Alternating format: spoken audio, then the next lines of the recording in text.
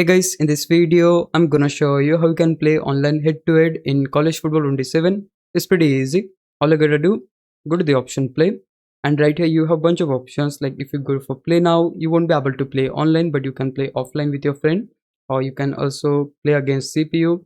You can also go for play a friend, and if you wanna play online head-to-head, then this option is for you. Road to the CFP, which is college football playoff. If you select this one, you'll able to basically play online against random players. Like you just need to select the option play game 1. If you select that, you'll able to select the team and basically able to play against random online player. You can see 888 players are now online. So basically you just need to choose the team and play against the random player. This is how you'll able to do that. Besides that, you can also check the leaderboards. Right here you'll able to see who is at the top and what is your ranking. You can also change the leaderboard to offensive stats, defensive stats, or friends leaderboard. But yeah, that's it. This is exactly how you'll able to play online head-to-head in college football 27. Hope this video helped you out. If it did, please leave a like and subscribe my channel. Thanks for watching.